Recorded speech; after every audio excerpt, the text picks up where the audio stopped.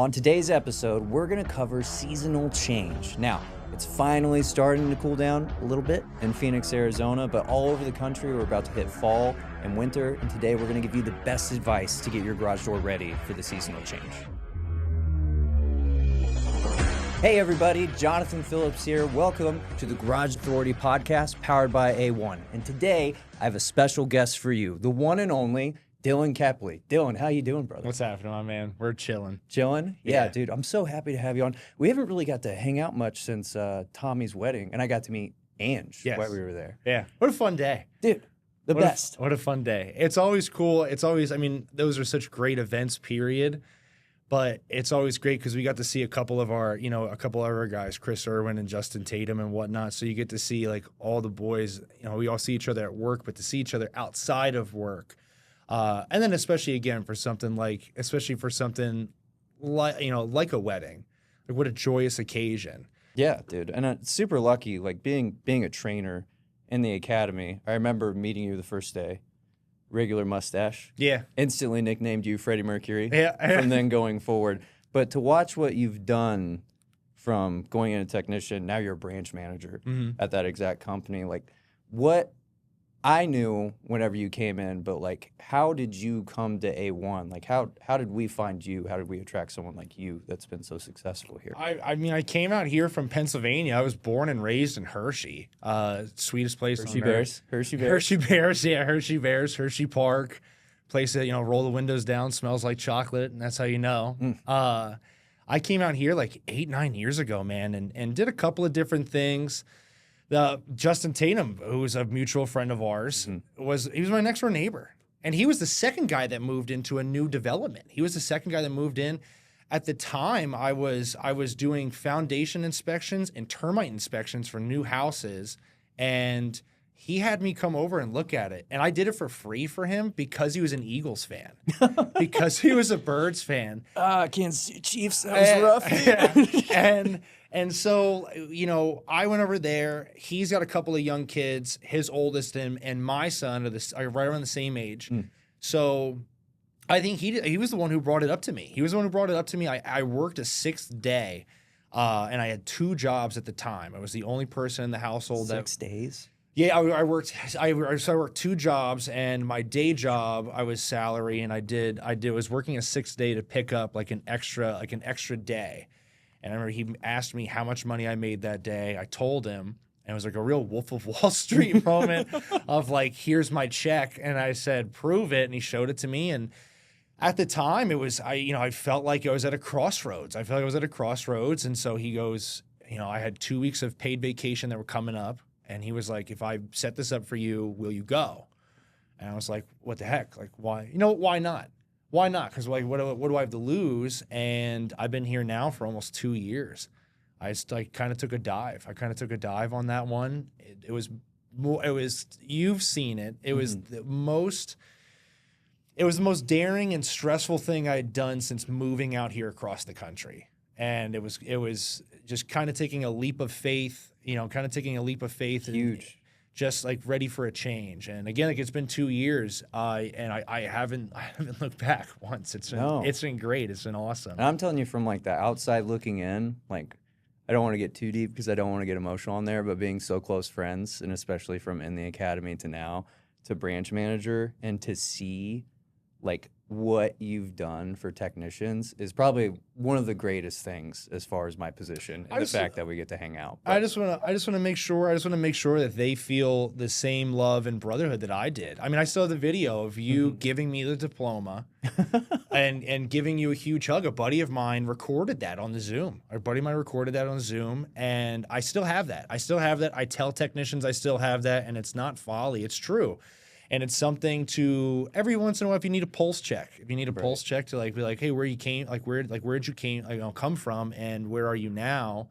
And like that's it right there. So it's been really cool to see how it's really panned out in the last 2 years. Yeah, where we started and like where we are, and then where we're gonna be. It's not going anywhere anytime soon. Yeah, dude, it's infectious what you're doing, and it's been. I think the biggest thing is I'm seeing that it's transferred over to like clients, not to get like into the job, but like the way that you're training the technicians is infectious. Yeah. And like I hear you on the phone being able to help guys out. Like especially right now, we're having like a seasonal transfer, like all over the country, whether it's getting hot or people are getting ready for the fall. So that's kind of what I wanted to bring you on today, is to kind of talk about those things on like how you're prepping your guys, how you're like, you're speaking to our technicians exactly how they're speaking to clients about it. Right. So like I think the biggest thing out here is like whether it's Phoenix or it's all the way over like in the East Coast, is like a lot of people don't understand about like trim around their door and weather seal. So like when you're talking with customers or technicians, like what does that look like for you when coaching people? I guess what I talk to them about is, if we're seeing daylight show through. Right. When I was a technician in the field, like that was the biggest. You want to make sure we had that seal across. And out in Arizona, it's obviously like everyone's major concern is bugs. God bless Arizona, but everything has some kind of has some kind of defense mechanism. Yeah.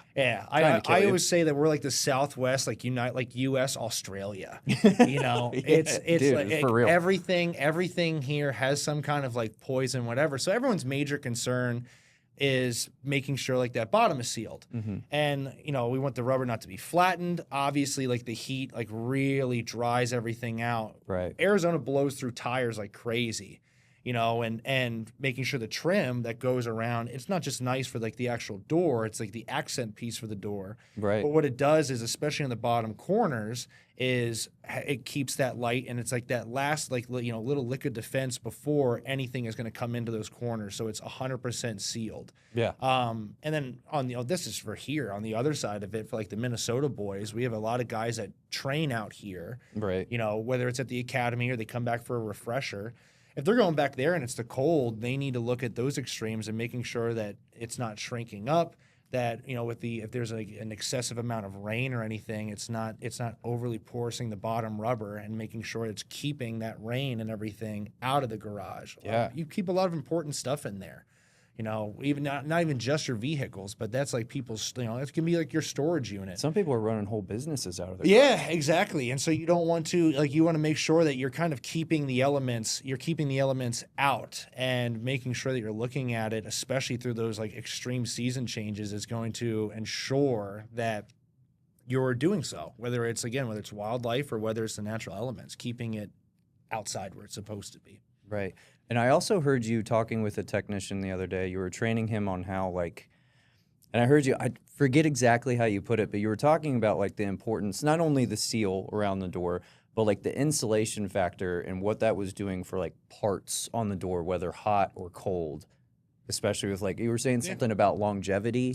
Yeah. I mean, obviously, again, with the extreme weather out here, it's the heat. Yeah. It's 118 degrees. As a guy that's, worked outside, one, thank God to be in the office, and God bless our boys. Whoever made AC, you beautiful soul. And God bless our boys who are out there and everything, because that's, as a guy who worked outside, like that's the toughest, is to be in that canned heat. Insulation, whether it's a premium insulation kit that you use and you can get single digits, or like obviously like we know like the best long term is going to be just any kind of 3-layer door, period. Right. And what that's going to do is by allowing that extreme heat, whether it's a 10 to 30 degree difference, you're only going to get more life out of your operators, out of any kind of electrical components. Right. Again, we talked about tires with Arizona, how like the heat just blows through rubber. It kills car batteries like crazy. Right. I lived in Pennsylvania for 22 years and drove for 7 of those. I think I changed my car battery maybe twice. And probably crazy. one of them was like you left the door the door open. Out here, I've been out here for almost 10 years now, at least 4 or 5 times. Like car batteries go like crazy. Same with like the backup batteries. Yeah. Those backup batteries are going out every couple of years. You can get 5-6 years out of them if it's going to be temperature controlled. Right. When it's 140 degrees in the garage, it's going to shorten that lifespan of any of those electrical components. Right. And that's exactly like whenever I did garage doors in Kansas City, there was a sweet lady, and she worked at a little Dollar General down the store from her house. She was retired. And I remember coming out there and her power was off because we get really bad ice storms right? So electricity's lost all the time. Pennsylvania, same And deal. she's like, I couldn't get to my job. And I was like, well, it's an ice storm. I think it's okay to call in and stay home today. But that's what she loves to do. She loves going to the store. She loves seeing people. So then we just brought up the fact, like, hey, if we had a battery backup until the power came on, and dude, without even a question before she didn't care. She just wanted that because she just wants access to leave her home when she wants to. So whether it's the heat or all the way in the cold opposite ends, like a battery backup, like technology's there. It's something I stressed. It's something I stressed. So when I was in the field, any of our elderly clients, you know, doctor's appointments are the big one. And Right. this is like taking yourself out, like, you know, taking yourself out of the business side of things, but like into the more personal side. Yes. I speak to these people like I would in the same way I speak to like my grandparents or my mother. You know, like, and the battery backup is nice because God forbid that anything is going on, whether you need to go to a doctor appointment, the store, whatever it is. If the power is out, if you're on like the central East Coast and it's that winter time and it knocks the power out, it happened in PA all the time. Right. It's nice to have that so that way you can, you know, ensure that you're getting your car out. There's Right. nothing worse than being trapped like in a box. Out here, what I would deal with, because my house is only 4 years old. Right. Nothing against the contractors that are putting up new doors or No any, big or deal. new, or new homes or anything. Quality's gone up for sure. Everyone will agree that. But we would see like they're building like 400 or 500 new homes on these you know, these grids that were still being made behind the construction of the house. So as soon as there was monsoons that would happen, the first year I lived in my house, anytime it would rain or just sneeze lightning, the whole block was gone. Just The destroyed. whole block was done. It would shut off. I was getting SRP notifications constantly. So I would tell Data people, rates may apply. yeah. So I would exactly data rates may apply. So I would tell people all the time, like, this is something that I put in my house to make sure, because like, you know, my wife and my son, and he was very young at the time. It was to make sure that if the power went out, she could go 5 minutes down the road to her parents, Right. and stay there if the power was out. Yeah, Because keep baby safe. yeah, because no one wants to hang out at the house in pitch black with a 6-month-old. No. So that was the first thing I did. As soon as I started with the company, first thing I did was put up a battery backup and everything. And then so it's just making sure that you can. It's just a good option to have for the for convenience. Yeah. Now, as far as like we've talked about the additional maintenance, but what are some things that you think homeowners can do to make it easier on them? Other than, we can get insulation, we can get a new door, we can get a new operator with a battery backup. Like, as far as these conditions, whether it's getting hot or cold, like, what do you express more on, like, this is what you can do as a homeowner to make it easier now? Checkups are always good. As a guy, and we ask our clients all the time, but I can say it as a guy who didn't work in this industry. I didn't have a garage door until I moved out here. Right. That was just simply something that you press that button, it goes up and goes down. I would stress to people all the time when I was out in the field, and I stress it to my technicians now. There are a lot of things, whether it's, you know, whether it's lubrication with any kind of silicone spray, even like weekly checkups, even just like a weekly once over or a listen through. You know, I like that. I still do it at certain people. So at relatives' houses. Like, if we walk in, because if you're family, you walk in through the garage door. Nobody uses their front door for anything. Not really. Walk in and close it, and then just kind of like give it a listen through to see if I'm hearing anything audibly that maybe I wasn't paying attention to prior. Maybe something that sounds like a little off. And obviously, if it's an area that, you know, if it's like under springs, you know, like springs, anything under tension, call a professional. But it's easy to go through.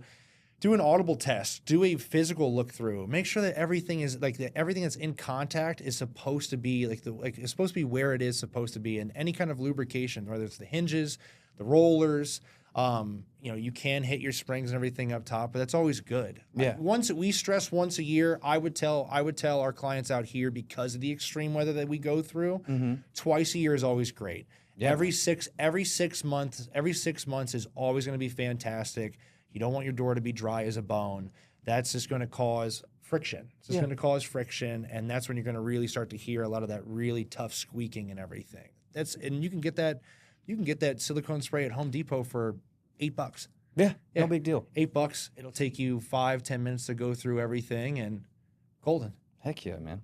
So if I'm getting this right, if I was a homeowner and there was a checklist as far as seasonal, whenever the weather changes, you said I need to lube the door, I need to check my batteries, check the bottom seal, or you can do a light test to do that, just shut the lights off in the garage.